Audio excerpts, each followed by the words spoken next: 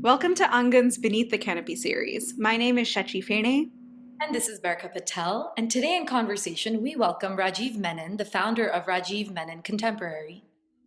So, Rajiv Menon Contemporary is an LA based gallery program focused on emerging global creativity.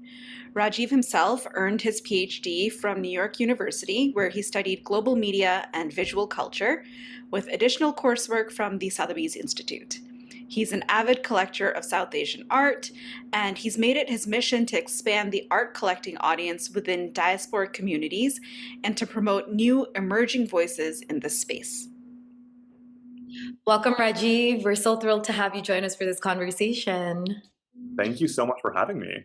Absolutely. So, as we start off this conversation, we'd love to start by having you share a little bit about your background, where you grew up, what you studied, the work you've done prior to opening your gallery. Yeah, I grew up in Houston, Texas, and spent a lot of my childhood back and forth to India, and was very lucky to have a family that was really supportive of the arts. I have artists on both sides of my family, spent a lot of time going to museums, and I think arts were always something that were emphasized and celebrated in my family. And so when it was time for me to go to undergrad, I was really, really excited to study the humanities. I felt that I had a certain connection to the conversations around culture.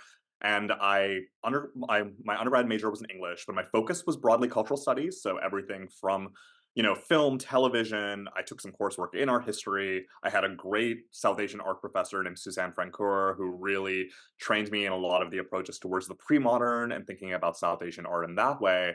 And then I went on to do my PhD, and my focus was visual culture. So media, film, as well as contemporary art. And I got the opportunity to work with some of the best professors, not only at NYU, but really globally for thinking about South Asian studies, for thinking about visuality, for thinking about aesthetics. And while I initially thought I wanted to go a traditional academic route, I ended up getting recruited to work in the entertainment industry out of my PhD. And that was a really interesting training in the culture because I feel like I got to encounter culture in such a different direction and think about mass appeal and think about things that were more poppy and more just commercial. And I feel like that training was really essential, especially when thinking about entertainment entrepreneurship and starting my own business.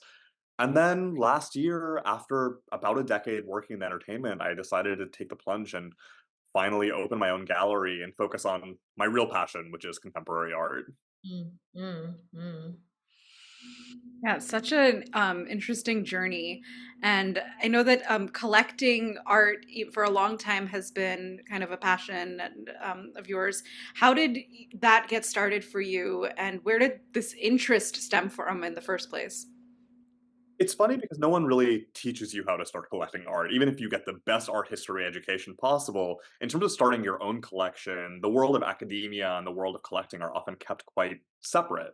And so I had the opportunity to learn all the stuff about art. And then when I was in New York for my PhD, I started going to galleries. NYU's campus is really close to a lot of phenomenal galleries. And I would get the opportunity to just walk over and quietly spend some time in art. I was in my 20s, so I discovered that openings are really fun and a really cool way to just like go and get your night started.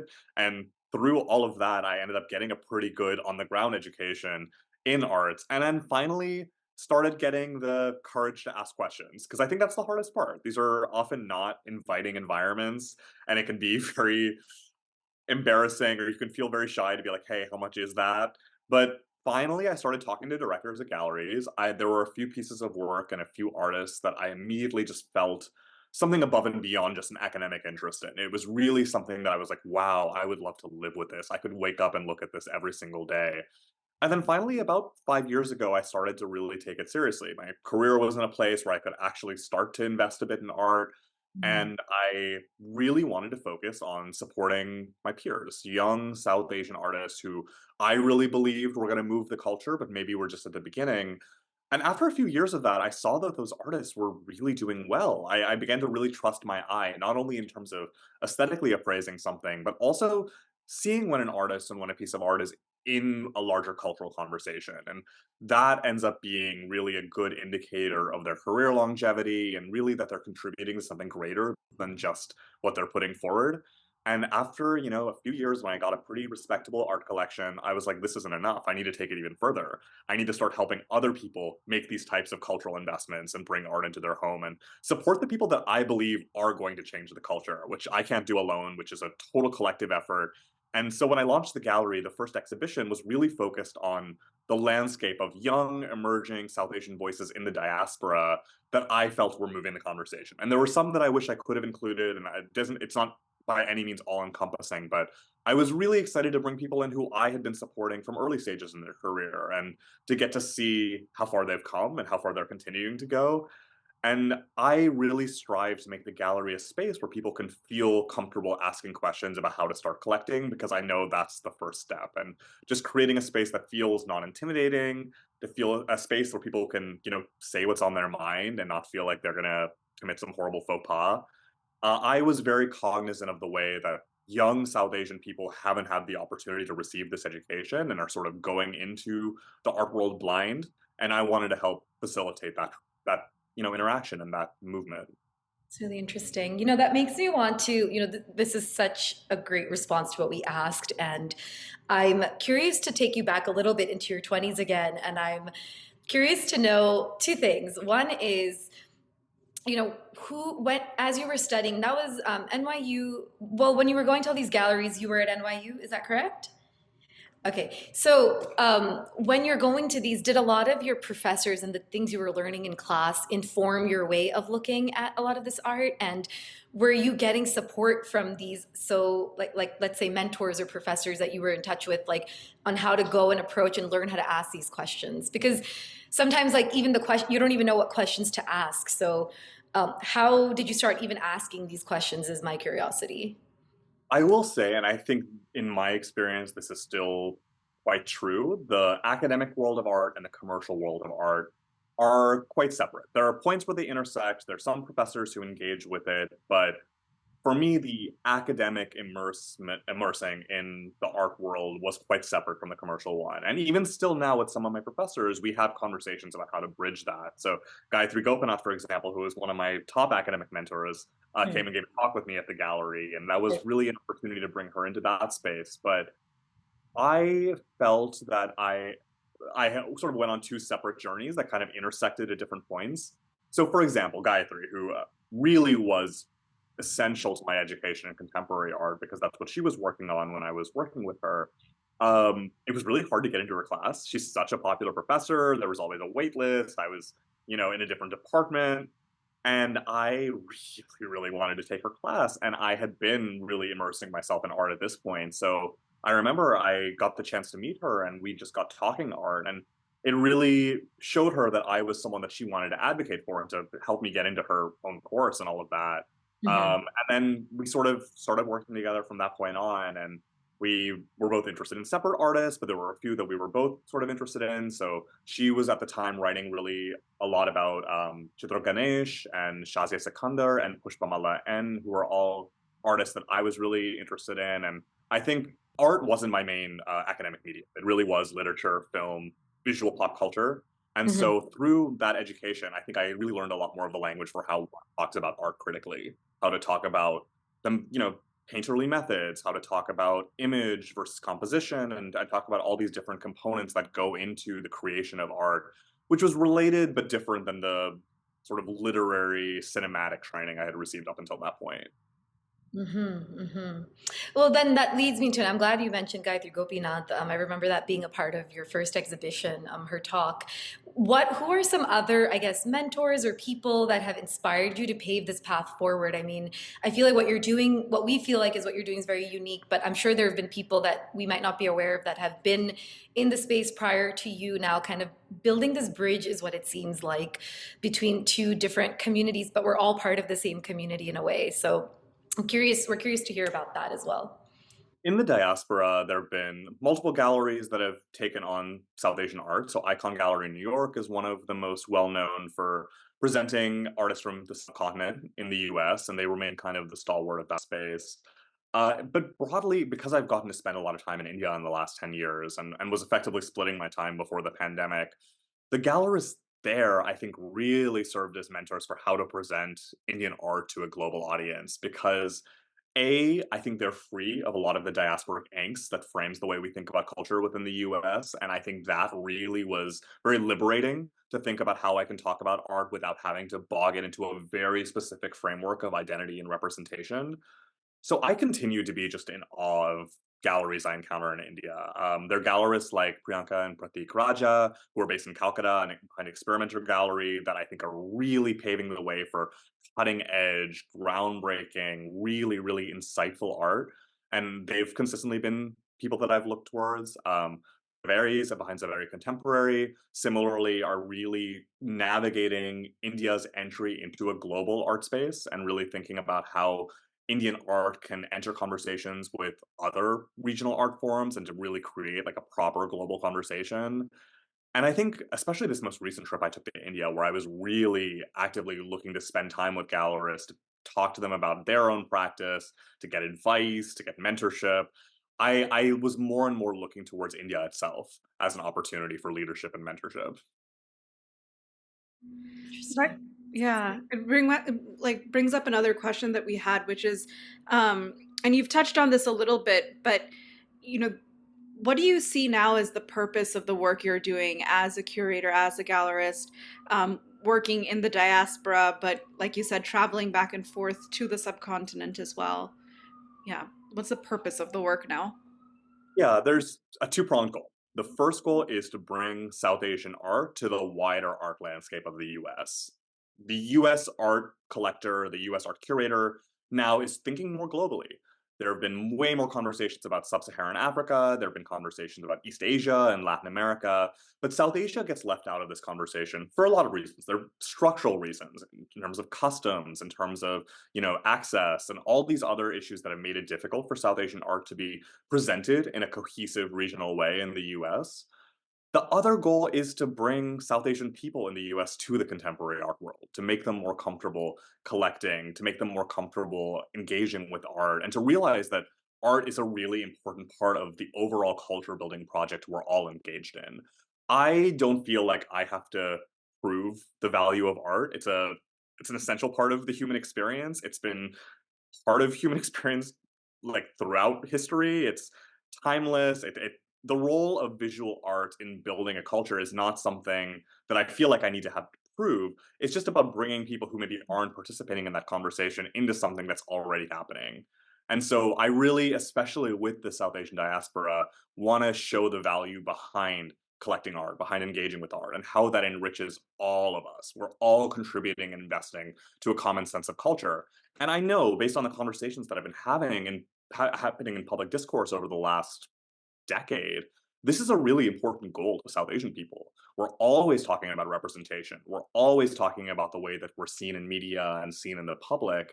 And for me to have that conversation without thinking about aesthetics, without thinking about the sort of critical rigor that goes into visual arts, we're doing us all a disservice. We're creating a culture that doesn't have a strong foundation and isn't built to last.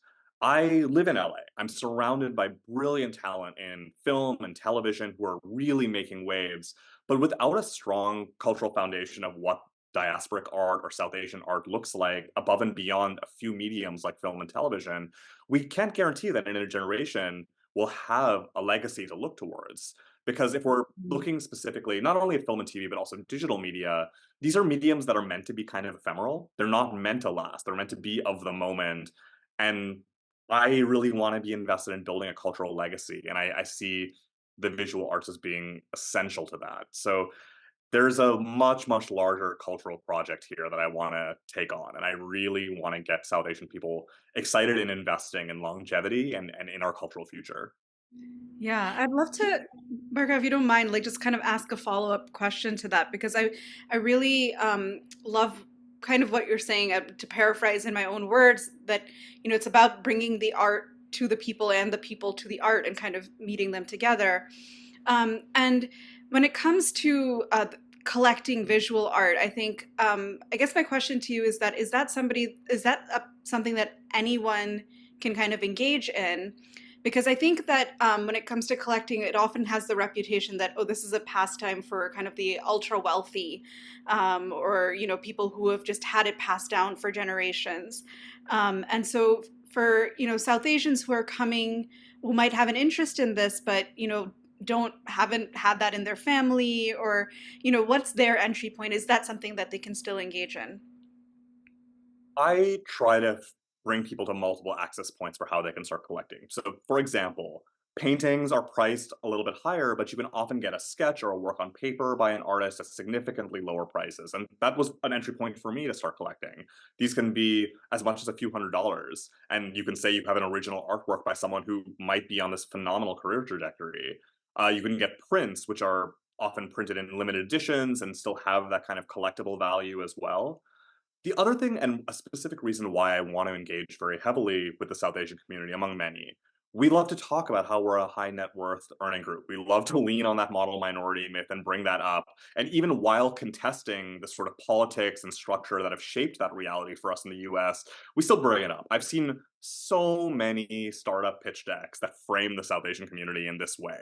We're high net worth, we're high spenders, and of course, that is a fact we need to interrogate and disrupt a little bit. But if we're going to be throwing that out all the time, we need to put our money where our mouth is. And I, to put this very strongly, believe that there is an ethical obligation among high net worth individuals to support the culture and the arts.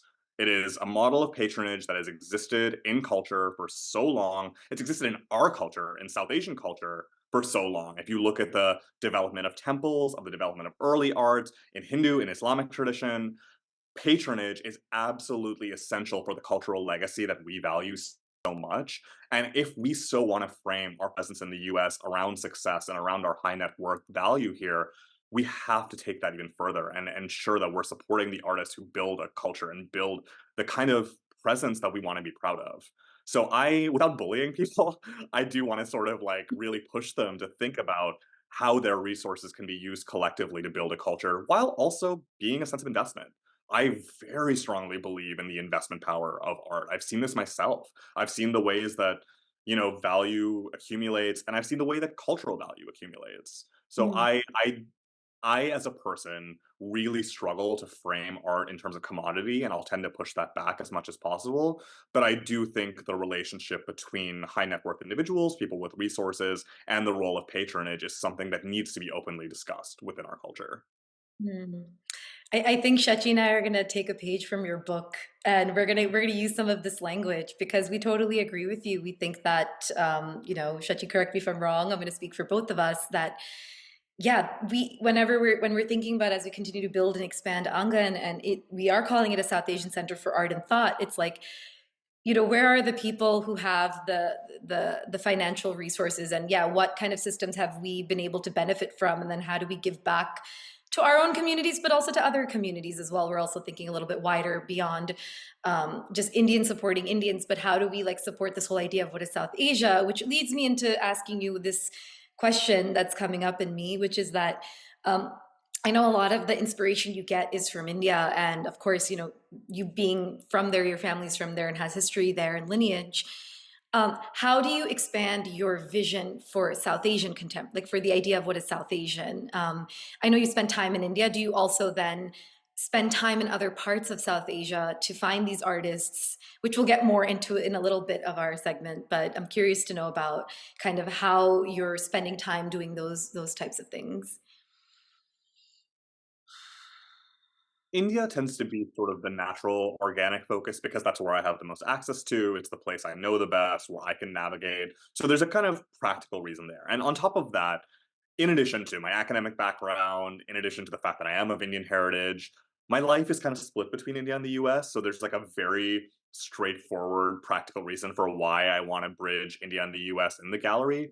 That being said, recently did a trip to Sri Lanka. There was an incredible platform called Kala and then a large scale exhibition program called Columbuscope, both of which got me an opportunity to see a very wide scope of work happening on the island. And I'm hopefully bringing 2 to 3 of the artists I met on that trip back to the US for their first US exhibitions. So Sri Lanka is definitely somewhere I'm thinking a lot about.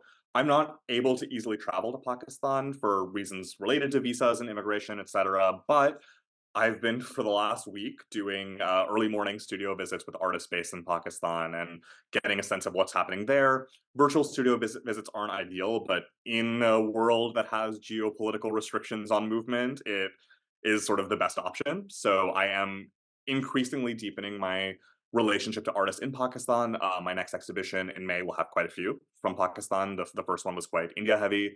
Um, I am constantly looking for new opportunities. There's some great art coming out of Nepal, and I'm hoping I'll be able to make a trip there. In 2026, I'll be going to the Dhaka Art Summit in Bangladesh and getting to see a good scope of work there as well. So I definitely think the idea of South Asia is a broad regional one and one that needs to sort of go beyond national boundaries because Mm. I think there's a lot of common art history that's informing different art. And then there's just a sense of urgency within these individual national contexts. Like, look at Sri Lanka, for example, a country that's been through innumerable tragedies and innumerable national traumas in the last decades and has turned to art as a repository through which you can respond and create an archive of all these different feelings and events. And I think there is a sense of immediacy in looking to a geographically and demographically small country in the grand scheme of the world, but saying like, hey, this needs to be advocated for in the global art scene because there's something really significant about human experience that's coming out of the culturally specific texture of this place. And that was completely my reaction to seeing art in Sri Lanka because not only do they have this incredible tradition of ancient art, but modern and contemporary art and architecture, but they're consistently sort of building on that and providing really, really globally relevant work. So these are the types of experiences I'm hoping to have in the respective national contexts. And I think that conversation as a broad sense of South Asia is still essential. I struggle with the term South Asia a lot. I think it's a really challenging framework because it is very new. It's very much a product of the Cold War and the way that the world was being constructed at a very specific geopolitical time. I mean, I come out of a very area studies academic framework, so South Asia was the context through which I was studying. But I'm very cognizant of the fact that I don't think any of our grandparents would have used the phrase South Asian. When I'm in India, I hear people wrapping their mouth around it and not feeling quite right. Like, I still think that it's not the way that people would refer to themselves in the subcontinent itself. But we have a language problem. Yeah. There isn't quite the phrase that encompasses all of us. We could try Desi, but that's very North Indian centric, and like we can try subcontinental, but that really focuses on India and also is just like a mouthful. I'm constantly trying to think of new language and new framing by which we can think about this, but South Asia is a really slippery, complicated term, and I don't think I think of it as much of like a solid boundary through which I'm understanding the world as much as like a slippery term that I'm contending with through my curatorial work at all times. And so for the next show, which is on the theme of Indo nostalgia, I'm thinking about how South Asian artists are using the past as a kind of aesthetic inspiration and as a broad, cohesive aesthetic movement, not in this regressive, backwards looking way, but in a way to use the emotion of nostalgia as a generative, productive way to think about the present and the future. In Mm. this particular exhibition, I want us to take a step back from South Asia as purely a geographic concept and to instead ask, what would it mean to think of South Asia as a set of emotions, affects, and feelings that transcend geographic boundaries? And I think that becomes a really productive way to bridge the diaspora and the subcontinent. I still think that there are quite distinct streams of aesthetic and cultural thought happening in those two spaces that I'm looking to integrate more in my curatorial work. Absolutely. But these are, questions I'm always thinking about, and I don't have an easy answer for how to think about South Asia. I just have more questions that I'm constantly looking to tackle. Rajiv, we would love to talk to you now about the two shows that you have under your belt. The first was Item Number, and then now streaming. And can you start by just telling us how you came up with these themes and how you go about choosing your themes in general? I treat my curation in the same way I would an academic paper, where I'm like, I have a thesis, I have some central question I want to get at, and that ends up informing how I bring in artists, how I bring them into conversation. And I wanted to think very, very large scale when starting the gallery. I was very aware that Los Angeles hasn't had a gallery dedicated to South Asian art. I was very aware that this audience isn't familiar with the landscape of contemporary South Asian art. And I almost had to think of it like I was putting together a South Asian Art 101 course. Like, again, I just was really drawing on my academic side. And I really wanted to think what are the broad aesthetic principles that are shaping these conversations? that can help someone who walks in for the first time understand something bigger and broader than just one artist. The first question I wanted to take on, especially when looking at the diaspora, was the relationship to exoticism. I was really interested in, this long standing discourse about South Asian people being treated as exotic in the West.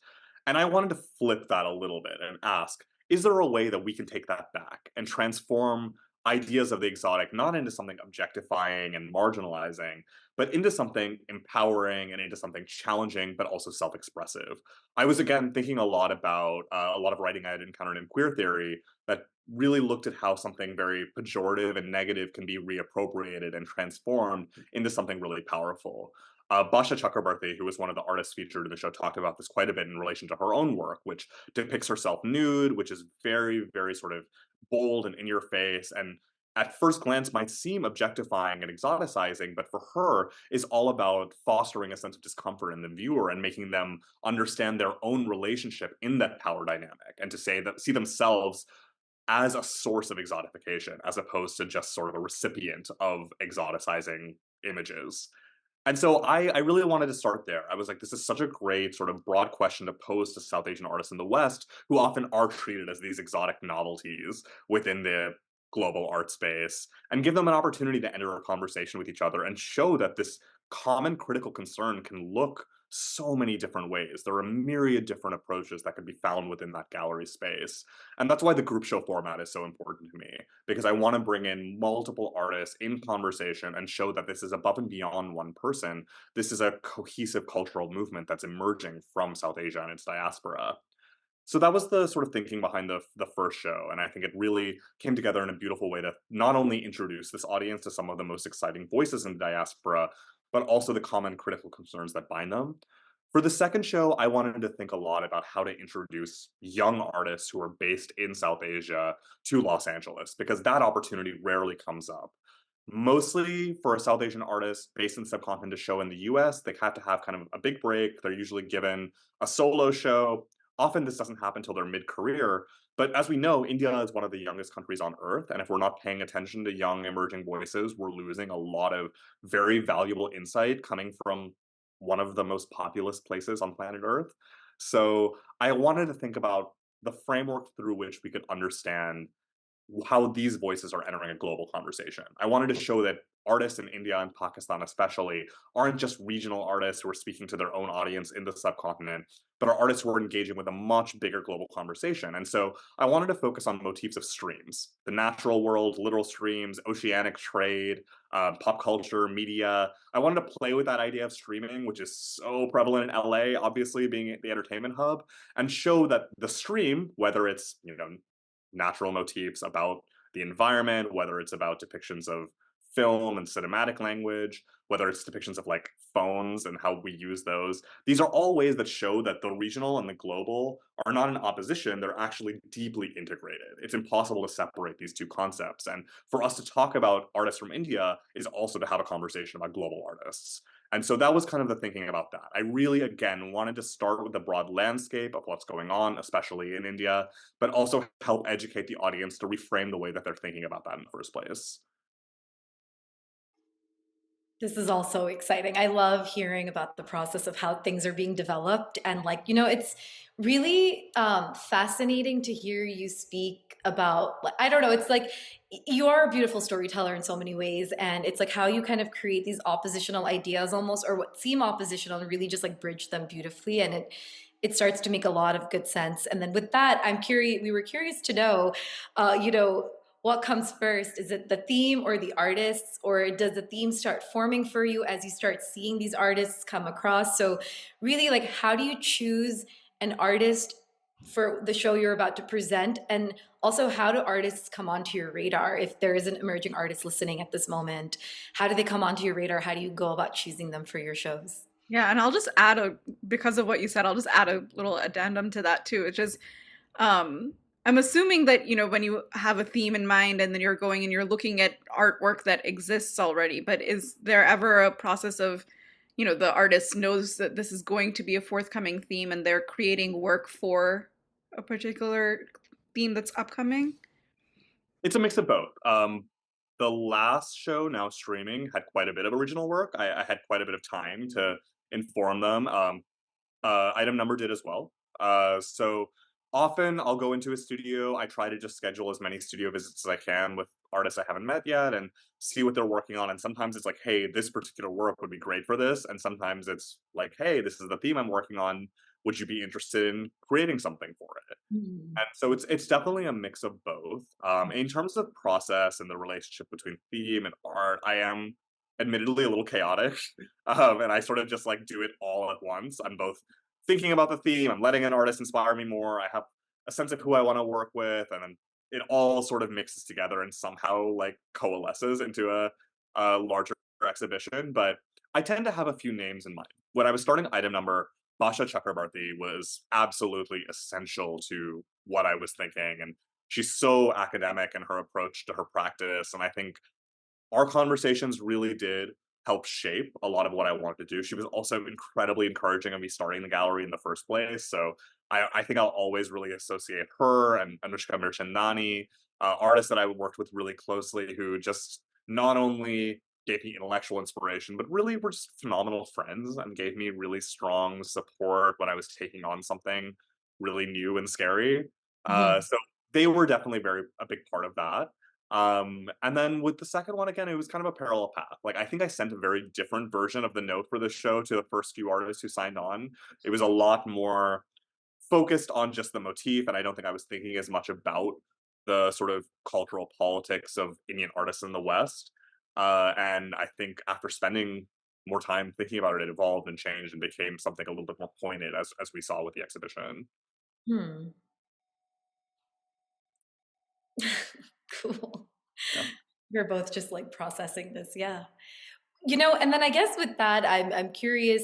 And, you know, you said that your process might be chaotic, but I think you're a creator in this in the process as well. And I think any sort of birthing of an idea is pretty conceiving, birthing. They're all very chaotic spaces to be in, but then to hold your ground and know that like something's going to emerge from this, some sort of like clarity will emerge, and you'll be able to pull something off and through. I think is we need people like you in the space. You know, obviously what you're doing has been doing so well so far, and I hope we hope it obviously continues to, but it takes a little bit of messiness before that like clarity can emerge, and it's been great to kind of see from the outside, and for myself a little bit from the inside. We'd love to kind of move the conversation a little bit to just the practicalities of working in this space. We know as like Barkha was kind of alluding to right now, we can't help but respond as artists. We are working artists ourselves, and we know some of the realities of just that the stress and everything associated with the hustle of that.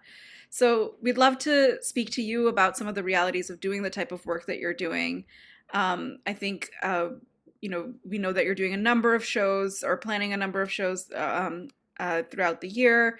And can you just talk to us a little bit about who you have on your team to support you and what some of like the financial realities are for you doing this kind of work?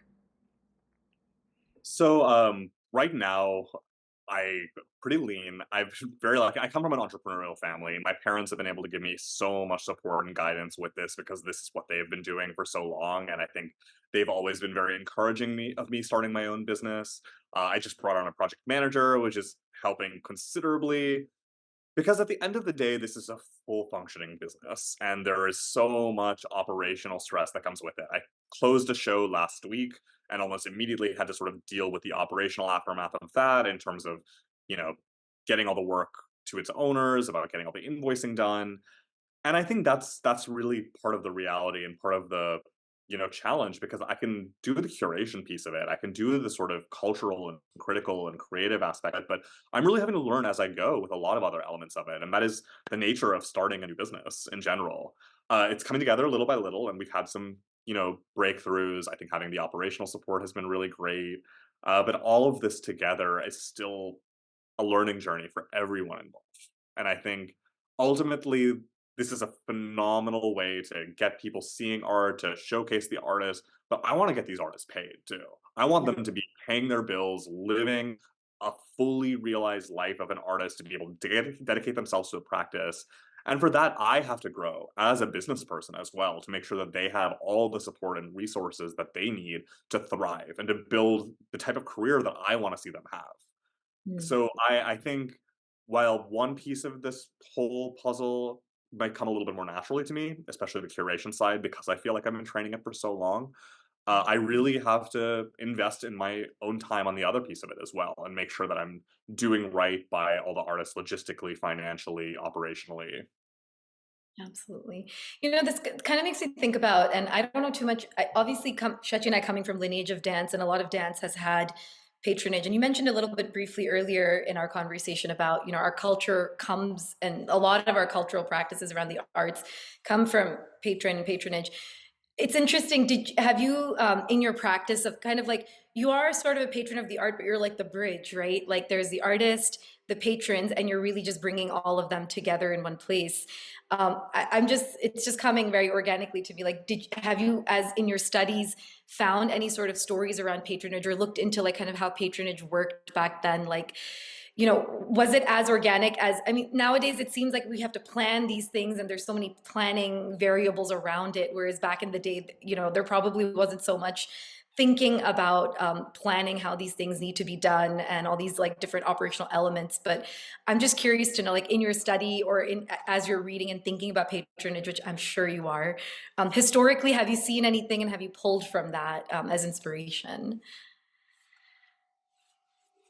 I the one like very like classical pre-modern example that I love is the Chola Empire. This is like so left field, but I just think this is a good example of how certain forms that we so deeply associated with South Asian aesthetics, in this case the Chola bronze, one of the most iconic art forms to come out of South Asia that I think is very heavily associated with it, was very rooted within royal patronage in this case. The Chola Empire, figures like Semyan Mahadevi, who was a great empress at the time, supporting the formation and development of temples, of bronzes.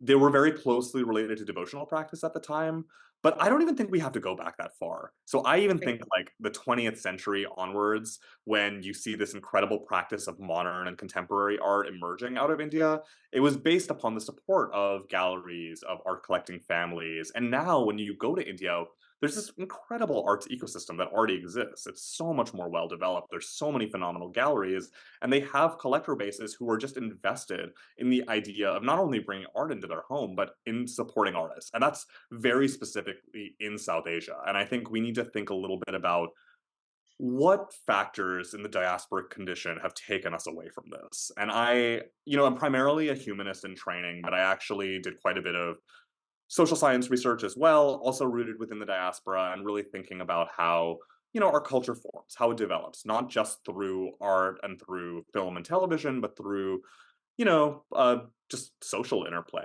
One of the things that I think we really need to interrogate is the way that we culturally devalue culture itself. I think we have a very specific sense of our culture in terms of tradition and in terms of the loss we experienced at the point of immigration, because now all of a sudden we're in a new place, we have to preserve and protect what's come from elsewhere. It's almost become a cliche. It used to be like a little bit insightful to be like, oh, our parents are frozen at the time of immigration, and now like just everyone knows that. Like it's not particularly insightful or interesting to point that out. But I think we've taken it even further. So I like to actually look at the little cliches and stereotypes we have within our community and then dig deeper and be like, all right, if there is truth to that, or if that is this reality, what has that caused? What are the sort of effects of that mentality? So I love to think about the way that the joke, oh, our parents just want us to be doctors and lawyers, there's some pressure within that for sure. People want their kids to take lucrative careers, and there's some devaluing of the humanities as a result. I think as a result of that, we have as a community one that over indexes on lack of humanistic education.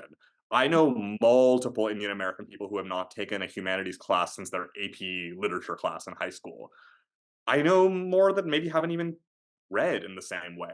I don't even think we're thinking about culture in a critical way that's essential. And we see that changing quite a bit. We see the ways that other minority communities in the US think a lot about culture and really invest in that as a way of building their presence here. And I think we try to, but we do so in a way that's very critically unrigorous, that isn't engaged with questions of aesthetics. I think it's very literal. It's about the presence or absence of South Asian people in visible spaces versus the sort of qualitative understanding of what we're actually doing and how we're building and developing a culture. Hmm. So if I were to start and I was talking to people who are having kids now, I would be like, please, please make them take a humanities class in college. Like, please teach them how not only to just like read critically, but also how to read the world like a book. How to actually take that kind of critical lens on your life and bring that sense of basic, understanding and curiosity to the world. And I think that's something I really want to encourage. And I think that'll create a much deeper sense of culture and patronage in time. And I now see more people trying to remedy this in their adult life and really taking an interest in coming to the gallery and learning more. I don't want it to feel like you're eating your vegetables, but I do think that as humans, we're lifelong learners and we should always be seeking out new opportunities to learn. And if I can help make that more possible, but I think we have to really value humanistic expression as a result. We can't just treat it as something that's frivolous and ornamental, but actually kind of essential and as important to other parts of life. Again, to go back to something I said earlier, I don't feel like I have to prove the value of art. Like human history has done that plenty. I have to help people open their eyes to something that they're missing out on.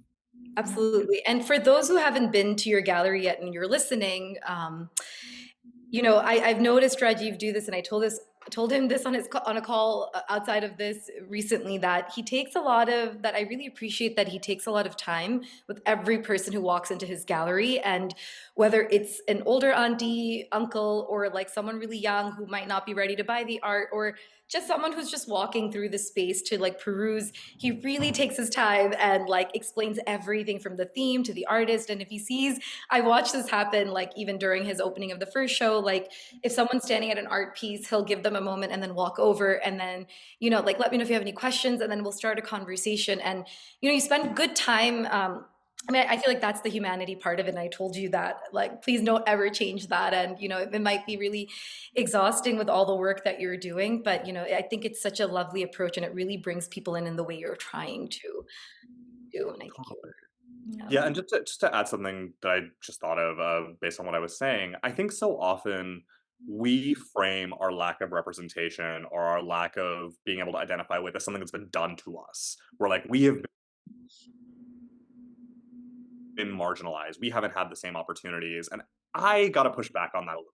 We actually have a phenomenal world of arts, of literature within the diaspora, and we aren't seeking it out. And again, you have to be kind of motivated and curious to seek it out. But I think, for example, I've been hearing so many people talk about how they never had the opportunity to learn about things like partition and things that have happened in our history. And I'm like, yes, in school, that was definitely left out of our education, but you're an adult now. And I think you should have some sense of agency and onus on educating yourself because again, it's out there. It's not something that's been done to you. It's something that you might be holding yourself back from. And I would really encourage people to take the effort to, present stuff that is out there and like go to galleries, go to museums, seek out if there's a topic you want to learn more about, read about it. Like really actively seek out. If you can get a JSTOR membership, like please, that can make such a big difference. But or just ask someone. But I do think we still have, as a community, a very consumer mentality where something is going to be given to you and presented to you in an easy, fun, bite-sized way. And I think if you really care about the culture, like I think a lot of people say, you got to put in the work as well. And I'll meet you halfway. Like you were saying, come to the gallery. I will talk to you about anything. I'll answer any question, but you got to show up. Yeah. That's the ultimate thing. Yeah, I mean, I feel like this is a whole conversation in itself, and or many conversations really. But um, I think that's such an important point to bring up that we speak so much in the diaspora about what's been done to us and the ways in which we have been devalued. But I think it's high time now that we start thinking about what are the ways in which we are devaluing ourselves or our own. Histories or our culture, our artwork. So, and yeah, and what in a more positive light, what can we do to start engaging with it more, to giving it that value? So This has been an amazing conversation, and we hope, to have many more with you and to have you involved in Angan's future work. And we really just appreciate you taking the time to share with us and with our audience about your experiences with, your education and then with the gallery. And we wish you so much luck for everything that you have planned in the future. And we can't wait to. Barca has had the opportunity to obviously be at the gallery, but I know that she can't wait to go back, and I certainly can't wait to, come and visit for the first time. So thank you so much.